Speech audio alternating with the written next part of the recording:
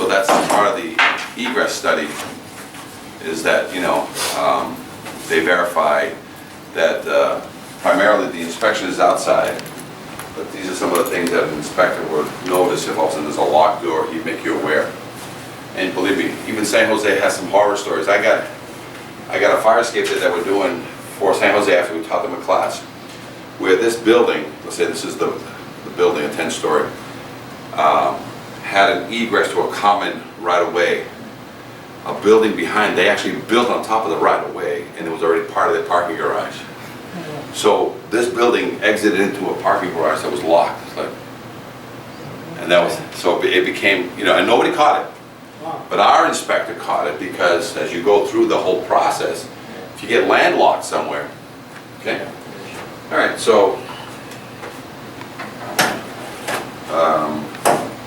now we're about to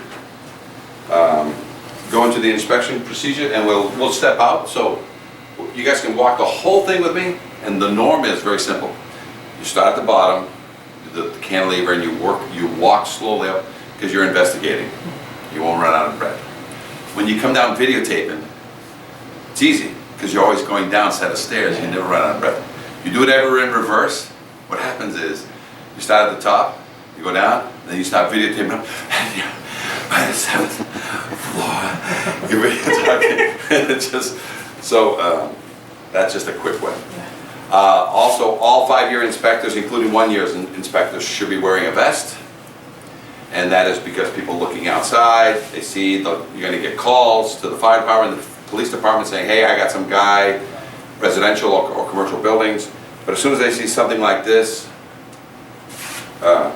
safety glasses accordingly. They got a helmet on. They always have a glove. Usually they have gloves if they wish, depending on how bad the job is. I have spray paint, so if I find any violations, I will mark it I'll spot it with orange. Only life safety, and photograph it. And if there's I'll also put caution tape around it. I'll try to caution tape it, because now I have to notify. So this is where additional things come into play. In LA, my license says I have to wait until the fire captain arrives from the most closest fire department. He takes over and he starts speaking with him, and they deal with each other. But I'm not allowed to leave, or I could lose my license. So life safety is one of those situations. It must have an immediacy. And so we need to have direction from the Oakland to say, you got a life safety, who do we contact that says there's a life safety? And life safety could either be a shutdown of a building, if it's that big of a problem, or fire watch, or it could be something that's negotiated between the fire marshal and the owner representative of the building, not us. We found it, gas leak in the basement, we got to get to the next one. So that's the thing.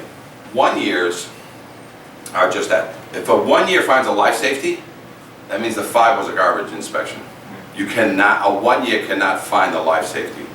A tree fell on it, crane smashed into it, yes, a 1 year can find a damage from something like that, but no other way. So the 1 years check the 5 years as the accuracy. Okay, and a lot of times they have the bag, and the only thing they have to do is just and there's a hammer test. So you can either use a 2 or a 3-pound hammer. This is not for anything other than my safety, because when I go up the treads, I need to ping the treads. If they look good on this, I'm not going to be sitting here making noise all day long. But if something's about to give way, and this just helps it complete its way, okay, that tread's going to get knocked out, going to get sprayed, going to get marked. Sometimes people say, oh, you broke my tread. And I said, okay, I'll give you this inspection for free. I need you to break the next tread with my hammer. And they'll sit there swinging like crazy, and they'll take 10, 15, they'll break it. Their arm's going to hurt. Yeah. But, so we don't break things with this.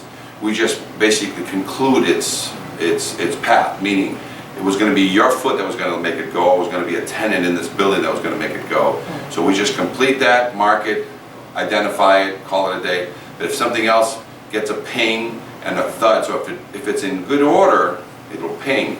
If it's in bad order, it'll pong, right? But it still needs to be fixed either way.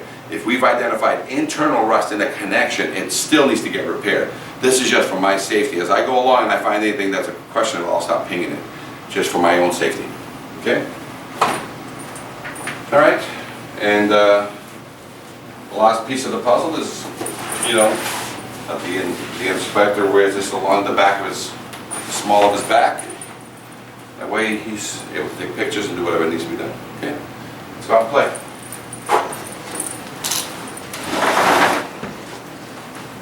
So most likely we're going to come back out. So this is another concern, and that is a lot of times through the 1 years and the 5 years, we can have and conversations with the manager or the maintenance guy on board and say, have you worked all your doors and have you worked all your windows? Okay, and that's because the 1 years do it from outside. They don't do it from inside. So it looks okay. There's no smash. There's no point of sticking. So it's another coordination piece. But it's one of the questions. Do all the doors seem like they operate? So we actually have a checklist of questions. So you don't have to train anybody. They have to answer questions. That is the training. Checklist.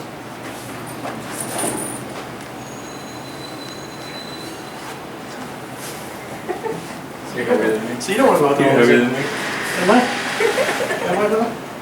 You guys can all walk that way, and then we'll walk down and we'll start back up again. Good.